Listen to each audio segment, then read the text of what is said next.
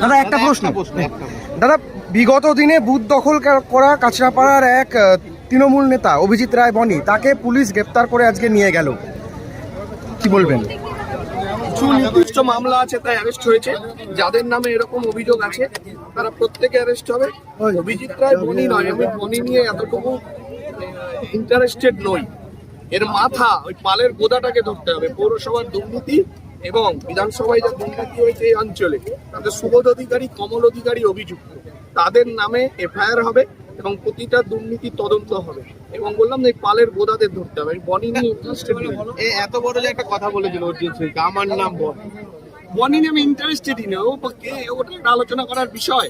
চুরির দায়ে অভিযুক্ত মেইন চোরের সর্দার, সেটা হচ্ছে সুবোধ অধিকারী, কমল অধিকারী, তার বিরুদ্ধে এফআইআর হচ্ছে। প্রতিটা তদন্ত আমরা বার করছি, পুলিশ আইনানুগ ব্যবস্থা তাদের তুলে নিয়ে আসা হবে, তাই তো, যেখানেই থাকুক।